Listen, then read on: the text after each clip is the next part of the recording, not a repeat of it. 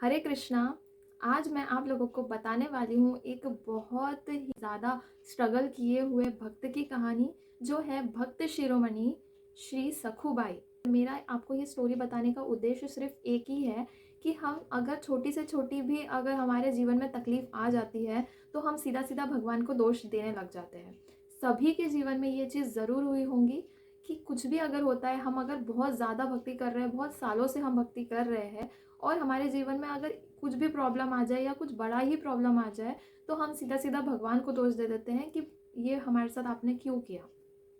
इस स्टोरी का बताने का मेरा उद्देश्य यही है कि हमें कितना ज़्यादा सहनशील होना चाहिए, वो हमें इस स्टोरी के थ्रू पता चलता है।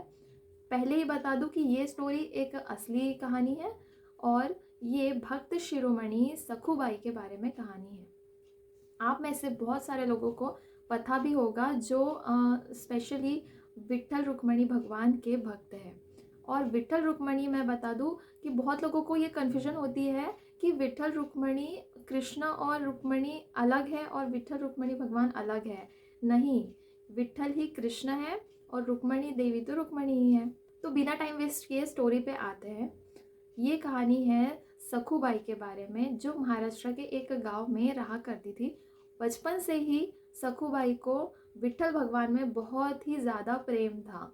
बचपन से ही वो कृष्ण जी की मूर्ति लेकर उनकी भक्ति किया करती थी। भक्ति कर ही रही थी, चलते चलते पहले के ज़माने में बहुत जल्दी शादियाँ हो जाया करती थी, तो उनकी शादी हो गई। अब शादी के बाद उनकी जो असली स्ट्रगल है वो शुरू होता है। शादी हो गई, उसके बाद उनके सास, ससुर और पति, ये तीनों ही एक राशि के थे। मतलब इन लोग इतने ज़्यादा जुल्म करते थे सखुबाई पर बिना वजह। इतना मतलब कुछ भी गलती हुई, आज इसने खाना बनाया है, कुछ भी बहाने से इसमें नमक कम है, चलो इसको पीटेंगे। बहुत ज़्यादा अत्याचार सखुबाई पर होता था रोज़ के रोज़। और सखुबाई मन ही मन क्या सोचती थी, वो ये सोचती थी कि शायद ये मेरे कर्म है, इसका मुझे जो फल मिल रहा है इस वजह से मुझे इतनी मार पड़ रही है। और सबसे बड़ी बात ये कि जितने भी समय सखुबाई काम करते रहती थी, उस समय सखुबाई सिर्फ और सिर्फ भगवान विट्ठल का नाम अपने मन ही मन लेते रहती थी। विट्ठल रुक्मणी, श्री राम कृष्ण हरि, श्री राम कृष्ण हरि, श्री राम कृष्ण हरि। मन ही मन काम करते समय, पोछा लगाते समय, खाना बनाते समय सिर्फ और सिर्फ उनके मन में यही एक नाम चलता रहता था। चाहे फिर उनके पति उन पे कितना ही अत्याचार कर रहे हैं, कितना ही मार रहे हैं, उनके सास ससुर उनको, उनके मन में सिर्फ और सिर्फ भगवान का ही चिंतन चलता रहता था। एक भी क्षण ऐसा नहीं होता था कि जब सखुबाई के मन में श्री राम कृष्ण हरि ये मंत्र का जाप ना चल रहा हो। इतनी ज़्यादा लेवल की भक्ति में सखुबाई रहती थी कि उन्हें उनके शरीर में कुछ भी हो रहा है उन्हें उससे फ़र्क नहीं पड़ रहा। उनकी आत्मा तो सिर्फ और सिर्फ श्री विट्ठल रुक्मणी का नाम ले रही है।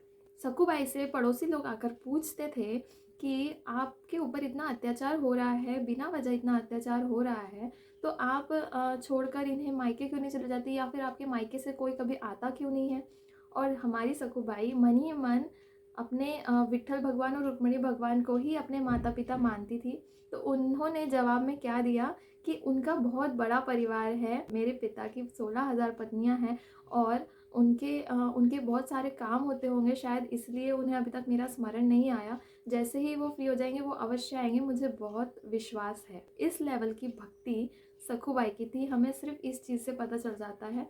और हम जो भक्ति कर भी रहे हैं तो भगवान का इतना भी विश्वास नहीं कर सकते कि शायद जो हमारे साथ हो रहा है वो हमारे भले के लिए ही हो रहा हो, चाहे वो कितना ही बुरा क्यों ना हो। जो भी स्ट्रगल हमें मिल रहा है उससे हम और ज़्यादा मजबूत हो रहे हैं कि हम ये नहीं सोच सकते। सखुबाई की इस कहानी से हमें ये पता चलता है। आगे चलते हैं स्टोरी में। अब हमारे विट्ठल भगवान को अब एकदम लेवल ऊपर हो चुका था। इतना ज़्यादा अत्याचार सखुबाई पे रोज़ के रोज़ होता था। इस छोटी सी मतलब उन्हें पूजा तक नहीं करने दिया जाता था, फिर भी उनकी भक्ति कैसे चल रही थी, मन ही मन नाम लेकर सारे काम करते वक्त सिर्फ नाम नाम नाम। एक दिन सखुबाई पानी भरने के लिए नदी के पास जाती है। पानी भरते समय उन्हें दिखता है, जो विट्ठल भगवान के भक्त हैं उन्हें पता होगा आषाढ़ के महीने में पंढरपुर की यात्रा निकलती है विट्ठल भगवान की। तो उसमें बहुत सारे संत महापुरुष जितने भी भक्तगण हैं वो सारे कीर्तन करते हुए पैदल यात्रा निकालते हैं पंढरपुर की। तो जब सखूबाई पानी भर रही थी उस समय उन्हें ऐसी ही एक टोली, संतों की टोली जाते हुए दिखी पंढरपुर, और इनके भाव इतने ज़्यादा आ गए कि सखूबाई भूल गई क्या परिणाम होगा अगर वो उनके साथ पंढरपुर चले जाती है।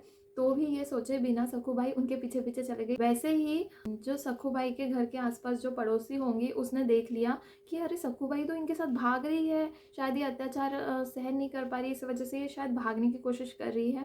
तो जैसे ही वो पड़ोसी ने उनके घर में आकर बताया उनकी सासू माँ को कि तुम्हारी बहू भाग रही है, जाके उसे पकड़ो, वैसे ही सखूबाई की सासू माँ गई वहाँ पे और उनके बाल खींचकर उनको पूरे रास्ते भर प्रताड़ित कर करके उन्हें घर तक लेकर आया। तेरी इतनी हिम्मत कैसे हो गई कि हम लोगों को बदनाम करने के लिए हम भाग रही थी, मतलब अगर वो भागती तो इनकी ज़्यादा बदनामी होती, इस वजह से उसे और मार रहे थे। और ससुर ने अलग से मारा, सास ने अलग से मारा, पति आया तो उसने अलग से मारा, ऐसे कर करके उसे बहुत मारा गया सखूबाई को। और उनके पति ने कहा कि इसका अब कोई भरोसा नहीं रह गया, इसके यह कहीं भी भाग सकती है। तो उन्हें सखूबाई को एक खंबे से उन्होंने रस्सी से बांध दिया, अब ये कहीं नहीं जाएंगे, और इसे अब खाना पीना इसका सारा बंद करा देते हैं ताकि ये कहीं भी ना जा सके।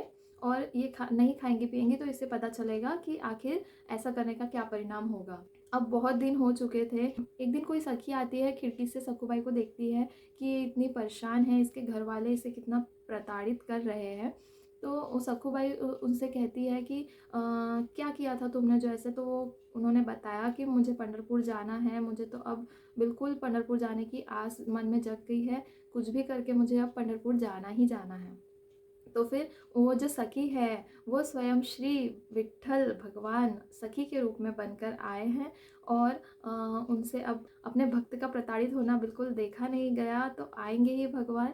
तो वो सखी के रूप में आए। उन्होंने सखूबाई से कहा, अच्छा तुझे पंढरपुर जाना है तो फिर एक काम कर, मैं तेरे जगह पे वहाँ खड़ी हो जाती हूँ कुछ दिन के लिए, और आप पंढरपुर जाकर जल्दी से वापस आ जाना, लेकिन वापस ज़रूर आना ताकि मैं यहाँ से छूट सकूँ।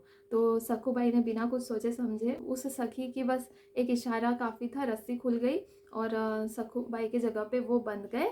बिल्कुल सखूबाई के जैसा ही रूप लेकर भगवान श्री विट्ठल वहाँ पर बंध गए और सखूबाई चले गई पंढरपुर। सखूबाई तो चले गई पंढरपुर, वहाँ वो खूब आनंद ले रही थी, परम आनंद का अनुभव ले रही थी। विट्ठल रुक्मणी भगवान का दर्शन किया उन्होंने वहाँ पे संतों के साथ। और यहाँ पे श्री कृष्ण भगवान जो सखूबाई के रूप में बंधे हुए थे, उन्होंने सारा के सारा जितना भी अत्याचार था वो खुद ही अपने ऊपर सहन किया, अपने ऊपर लिया। लेकिन अब भगवान से भी वो चीज़ें सहन नहीं हो रही थी, तो बुद्धि फिरा दी सास ससुर और उनके पति की।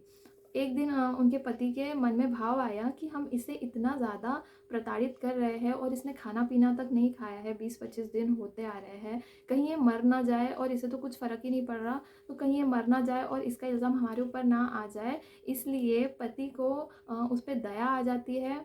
तो ये दया किस वजह से, आज तक तो नहीं आई थी दया, लेकिन अब कृष्ण भगवान ने अपनी माया देवी से उनकी बुद्धि फिराई, तो इस वजह से उनके भाव चेंज होते हैं और वो उन्हें खाना खिलाते हैं अपने हाथ से आकर सखूबाई को, और प्रेम का व्यवहार करते हैं। मतलब सब कुछ यहाँ पे ठीक होने लगा था।